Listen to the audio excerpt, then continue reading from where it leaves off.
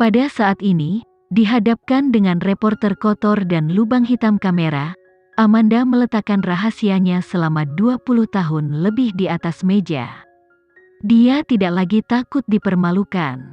Antara putri dan suaminya, dia telah memilih pihak yang salah selama bertahun-tahun.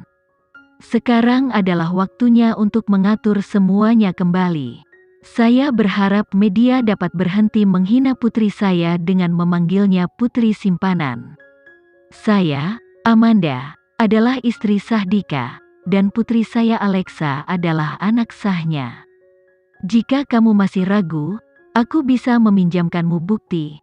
Semua ini tidak bisa dipalsukan. Aku juga ingin bersumpah, mulai sekarang, aku tidak akan membiarkan siapapun menyakiti putriku lagi. Media membentak panggung dengan panik dengan kamera mereka. Mereka ingin menangkap setiap detail kecil dari ekspresi wajah Amanda.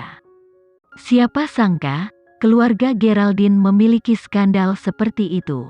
Adapun Amanda, tidak ada yang menyangka dia akhirnya mengungkapkan semua kesalahan suaminya demi putrinya.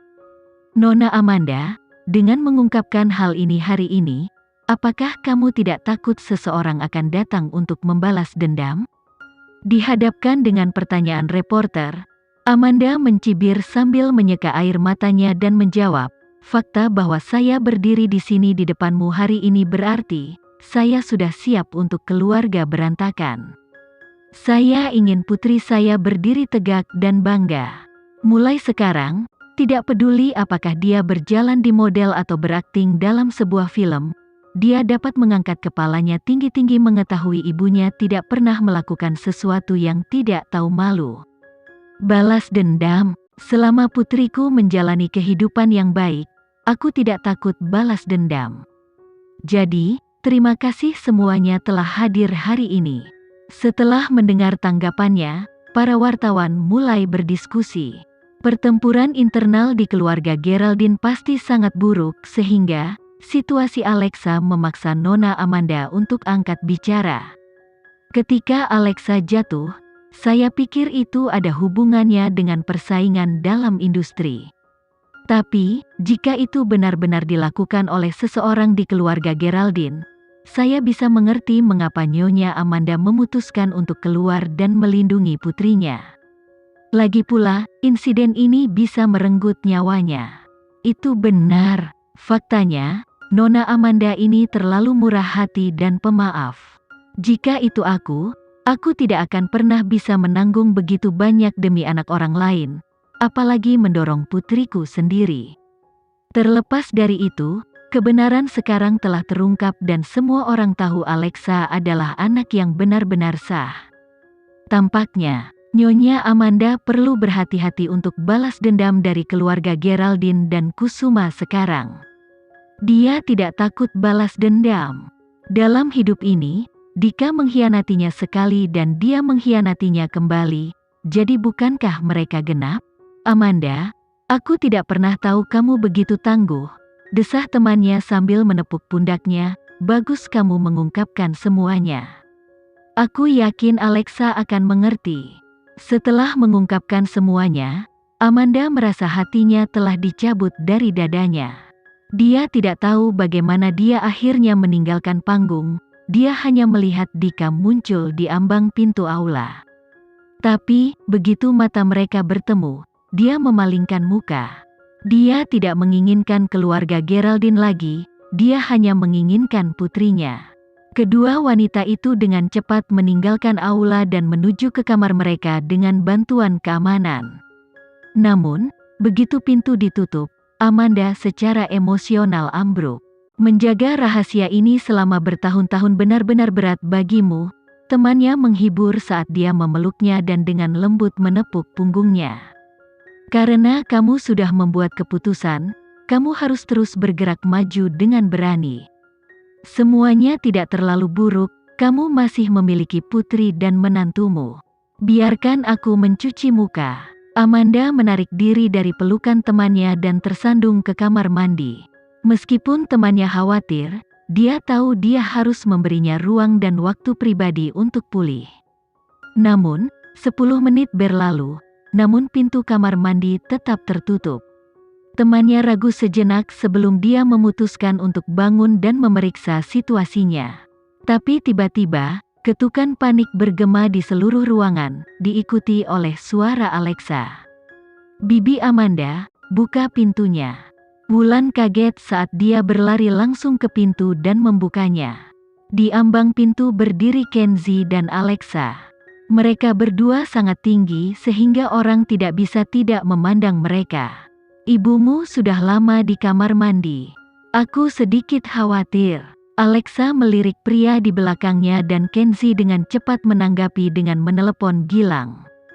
2 menit kemudian, manajer hotel muncul dengan kartu kamar dan menyerahkannya kepada Alexa. Alexa menggunakan kartu itu untuk membuka pintu kamar mandi dan masuk. Begitu dia masuk, dia melihat Amanda duduk di samping bak mandi. Dia hampir menangis jika bukan karena pria di belakangnya memberikan kekuatannya. "Bu," Alexa memanggil dengan lembut. Mendengar ini, Amanda perlahan melirik. Begitu dia melihat Alexa, air mata mengalir dari matanya. "Kamu akhirnya mau memanggilku seperti itu." Alexa perlahan berjalan ke arah Amanda dan berlutut di depannya. Dia kemudian memegang tangannya yang sedingin es. "Aku telah menjadi putri yang nakal." "Tidak, kamu tidak melakukan kesalahan apapun. Kamu telah mengingat semua yang diajarkan ibumu kepadamu." Amanda menarik napas dalam-dalam. Dia merindukan putrinya. Dia ingin mendengarnya memanggilnya ibu untuk waktu yang sangat lama. "Kalau begitu, mari kita tidak membicarakan ini lagi. Apa yang ada di masa lalu adalah masa lalu. Mulai sekarang, mari kita hidup bahagia bersama." "Tidak, aku masih perlu membantumu mendapatkan kembali apa yang pantas kamu dapatkan." Amanda menggelengkan kepalanya sebagai penolakan. Awalnya, dia sudah membuat keputusan untuk melakukan hal terburuk yang dia bisa. Tetapi jika dia menghilang selamanya, siapa yang akan mengendalikan orang-orang dari keluarga Geraldine? "Kamu adalah anak sah dari keluarga Geraldine. Kamu tidak perlu menundukkan kepalamu kepada siapapun. Ibu terlalu egois di masa lalu. Akibatnya, kamu mengalami rasa sakit selama bertahun-tahun. Sekarang, aku sudah memikirkan semuanya dengan jelas. Aku tidak lagi berencana untuk menghindari keluarga Geraldine. Nyatanya, aku akan mengambil kembali semua milik kita. Kamu suka berakting, kan? Terus lakukan apa yang kamu lakukan. Selama kamu dan Kenzi bahagia, ibu akan bahagia." Amanda menangkupkan tangannya di sekitar wajah Alexa dan melanjutkan, "Jika Arsi ingin menyakitimu, ibu tidak akan mengizinkannya. Jadi, aku akan menjadi kepala keluarga Geraldine. Dulu aku terlalu lemah. Mulai sekarang, aku akan melindungimu."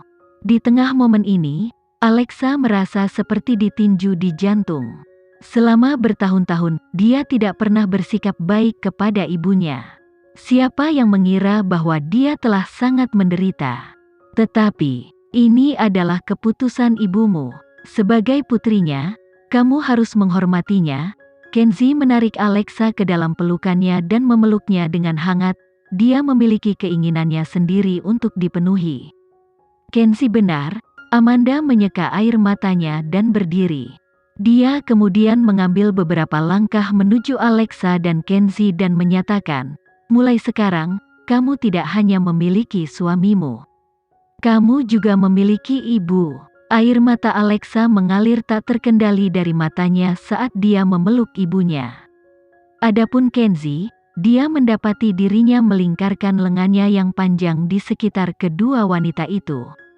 "Cukup. Berapa umurmu? Jika media menangkapmu menangis seperti ini, citramu akan hancur. Setelah itu, tidak peduli seberapa bagus filmmu, tidak ada yang akan menontonnya," goda Amanda. "Alexa, ibu merasa aman meninggalkanmu di tangan Kenzi, tapi ada satu hal penting yang belum kulakukan." Saat dia mengucapkan kata-kata ini, matanya tampak percaya diri dan tegas. Dia akhirnya mengerti sesuatu. untuk benar-benar melindungi Alexa dan membiarkannya melakukan apa yang dia sukai. Dia tidak punya pilihan selain memperjuangkan kekuasaan dalam keluarga. Arsy, putri sejati seorang simpanan. Sudah waktunya baginya untuk mundur dari posisi penjabat presiden. Kakek baru saja menelepon. Dia meminta kalian semua untuk kembali ke rumah keluarga Geraldine, kata Wulan kepada ketiganya saat dia melangkah ke pintu kamar mandi.